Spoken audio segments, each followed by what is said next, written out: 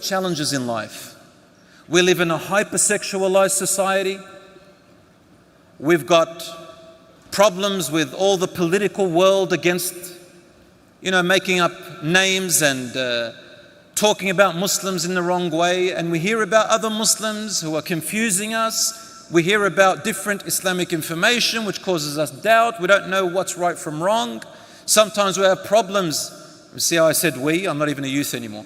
So the youth, they have problems with their family, with their parents. Parents have problems with their children. And then you got school, then you got peers, then you got at work. How are you supposed to hold on to your religion in all these different circumstances? You got social media which bombards you. Pornography is on the high. I remember a friend of mine, who was a colleague, he's a teacher. He says some ex-students sat with him and they said, "Sir, what's the escape? How do I escape?" I said, "Escape to where?" He says, "I don't know, escape. Escape from all these restrictions." They said, "Islam restricts them."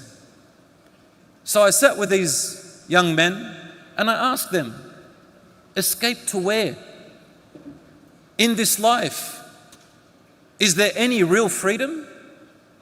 Everything in this life has restrictions and challenges. You go from one thing to another, you're facing another challenge. Restrictions from what? They said, "We want to have a girlfriend. We want to get to know her. We want to get to marry her." I said, "All right, let's say that we take away all the haram away and we say, okay, there's no haram right now. And that you can do whatever you like."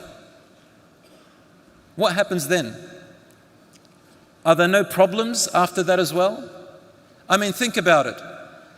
How many campaigns are there? I don't know here in the UK, but in Australia we have a lot of campaigns to help unwanted teenage pregnancies, to manage STDs, sexually transmitted diseases, emotional attachments and problems like that. We've had abortions. Many abortions happen because they're not ready to get married. They're not ready to have a partner like that. There's a lot of use and abuse because there's no strings attached. There are children being born and their fathers run away. They don't want to take any responsibility. They weren't in it for that.